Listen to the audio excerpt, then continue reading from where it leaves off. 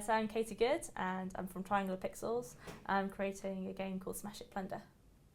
Great. And I unfortunately missed your talk, but can you tell me your talk? You already remembered it because you have your notes, so you forgot your notes. Tell me what you did, what you said. Well, actually, let's go back a little bit. Mm-hmm. Explain a little bit more about your game, and then I'm going to ask you. I'm quite interested about some takeaways you gave to developers who are watching this. So Sure. Explain about this game. Yeah, so Smash It Plunder is a Gear VR game. So it's designed for the Gear VR, so it's using the touch controls on the side of the unit, and sort of using all the wireless features, I guess. And so the aim of the game is to run around the dungeon, collect as much treasure loot as possible in time limit, just by smashing up the place, tearing the place apart. It's a bit like Finders Keepers back in the 90s, or Supermarket Sweep. I used to love those shows. I still watch Supermarket Sweep on Challenge. Just quick, I haven't asked this question, but a lot of people are developing for the Gear VR, which is not really an audience for the Gear VR as such. Are you assisted financially to create these games for the Gear VR? And if not, why would you not create an Android or iOS one? Because there's so much more viewers for that. Well, first of all, the Gear VR is practically sold out everywhere. In fact, people can't really get their hands on them because they're so rare. As in, they're just being sold out all the time. So there is a growing market. The most interesting thing about the Gear VR is the first commercially available VR device. It is out. People can buy it. There's a proper store coming. People sell stuff on the store. So people can go to a store and download VR stuff. And that's the first time we've really seen that. That's why it's really exciting. The fact it's a wireless device as well. So the problem with playing the original Oculus units or the Morpheus or any of these ones is the fact that they're tethered. You've always got this constant reminder just at the back of your head, literally the back of your head, with these cables hanging down that you're tethered to something, and it's just device. Whereas in the Gear, it's the first time you can actually walk around and spin around. You're going, oh, that's nice. And yeah, you can look around and turn around. So that's in the game. You have to physically turn all the way around. It's you can play it standing up, you can play it sitting down, but standing up, you get the feeling you really are there. For the indie developers though, it's great because it's mobile phones are really quite easy to get hands on.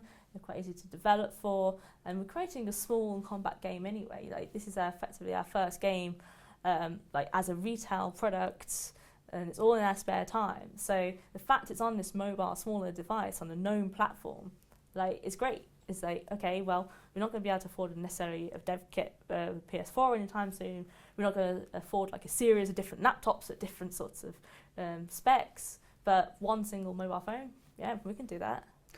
Explain a little bit more about your background, how you got to this point, and how you're sort of talking at this event today and sort of giving people knowledge. You must have had a bit of a history of development of certainly games, but also where's your entry into the VR world? Okay, well, from Games World, I started in the games industry 7 years ago, working for Frontier, who made Elite.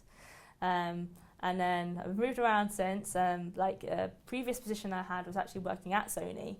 I worked on the Wonderbook games and AR games there, before moving on to Morpheus concepts. And that's when I started getting into VR. So the very first Bossa meetup I went to, and I've been trying to go to every single one since then, and just realised that I was picking up all this information. There was so much I wanted to teach, so much I wanted to experiment on, but really there's only so much you can talk about until you actually start making one. So I just got stuck talking to the right sort of people. I was talking to Callum from Oculus, and seeing when all these devices came out, and so yeah, okay, let's do this as first retail product. Let's just make a VR game. Just to clarify, is it finished now? Is it out now? No. Okay, right. So when do you hope it will be for people to be able to do it? We are looking at potentially doing a demo now. Okay. So the reason why I want to do this actually is trying to just get as much player feedback as possible. I'm really interested in players' opinions and how they're behaving within the game. So getting it out there and getting just a demo out at least, and we're hoping that might be the end of March, mid-April. But as this is something that we're doing in our spare time, we shall see when it gets to come out. But it's such a scalable game that even once we do come finally out as a retail product, there's so much we can do just in terms of updates and game modes and more levels that ultimately I don't know when it's going to be finished as a whole thing. Yes, but constantly evolving. Yeah. You obviously people who are watching this would not have been to the event. I understand you've given a few tips to developers. I'd be grateful if you could just share a couple of those here now. Sure. So the first, what my thing was basically just talking them through the very start of a concept up until you start play testing with people. So there's things in there such as making sure you actually look at the advantages and limitations of your platform. So I talked about the fact that it looked like there was a limitation, saying, well, there's just this one button on the side of the device. What can we do with one button? But actually, you can do loads of it. You've got touch, you've got gestures, you've got like change the position. And if you can make that context sensitive in your game, then you've got loads of options for like controls and walking around and doing things.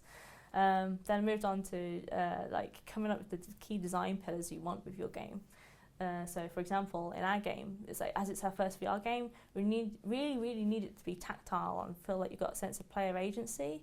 So, what I mean by tactile is it feels like you're actually there and you're touching things, you're grabbing things. Because I find that with a lot of VR games or face shooters, as you put it, it's like it doesn't feel like you're really interacting with the world. And then what I mean by player agency, again, it's like you feel like you're doing something, rather than things are just happening around you, because otherwise it might as well just be a video rather than a game. Then I guess I moved on to, I'm trying to think now. Player agency sounds interesting.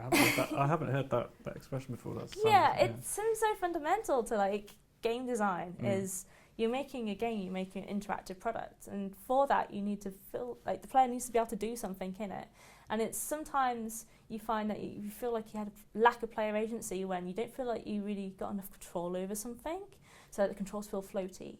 Or perhaps it's just when, for example, like there's just one button and it doesn't, like there's not really options and nothing to do. So Pong, it feels like, oh, I want to be able to move my paddle that way. Like it's just it's those little feelings. I guess agency is the big word for it. It's feeling like you're doing something. Okay. And your I get confused now with this. I've got two names. There's Triangular Pixels, yeah, which is the company name, isn't it? Yeah. Why have I got something written down here that says, or maybe I'll get mixed up with Pixel Rift? Oh, that's not Pixel Rift. No, that's something else. That's just something else. Oh, that's Pixel Rift as a Python. Sorry, I just want to make sure I've got everything right. So, for you as a developer and a company, then, how have you found this SouthWest VR event? This is the very first one, obviously. I found SouthWest VR really interesting just because I get to see so many people that I've already met at various different events, but for the first time, everyone's really together. So it's really great for networking and meeting new people as well. There's been some quite interesting talks. There's been talks that are not quite so interesting potentially, but it's great just being able to see like lots of people's different points of views. And it's great to see that a lot of people are actually sort of agreeing on the same sort of things, like this idea of presence, this idea of like sort of player interaction, things like that. So that's really great, and being able to show our game, and basically we need to show our game, we need to put it on people's heads and see how they're reacting. So today we actually brought along two different kinds of super duper like stripped out modes, which basically allow players who get sick really easily to play the game still and move around still. Okay. So like we're testing between these two modes, saying, okay, do you get sick in VR? Yes. Okay. Well, try one of these two. Which one sounds interesting to you? So you've stripped down the intensity of the interaction or the move. How have you managed to quantify? How have you managed to attempt to reduce the feeling somebody might feel if they're susceptible to sickness in VR? Yeah. So we've got a lot of stuff built in already. So the aim of the game is to obviously explore a dungeon, and to do that you look to where you want to go to, you tap to go there, and we pathfind you there, we automatically take you there. We show you on the floor with your like little icons of feet where you're going, so it's like this travelator. We've got these things called stability cubes, which are like these little tiny dust particles which go with you and acts as like a static skybox, so they make the world feel like it's moving rather than you're moving within the world. We've got your hands with you, so it's like this point of reference, trying to be like a small little cockpit. But then what we're also trying to do, which is when these two modes come in, is one of them brings in the fog. So what that does, it reduces all the visual noise around you. So like it looks like you're blinking. We fade it down really quickly. We show you where you're going still, just with the footprints, but then there's nothing else. And then we fade it back up again, and now you're in somewhere else that you've wanted to go to. And then the other mode is, you've probably heard of the snap rotation, which is like the 15-degree increments when you're holding on the side. Well, we've got that for when you're moving forward as well. And what we do is time the footprint SFX. So it's sound effect. So it sounds like you're actually stepping. So you go clunk, clunk, clunk, clunk.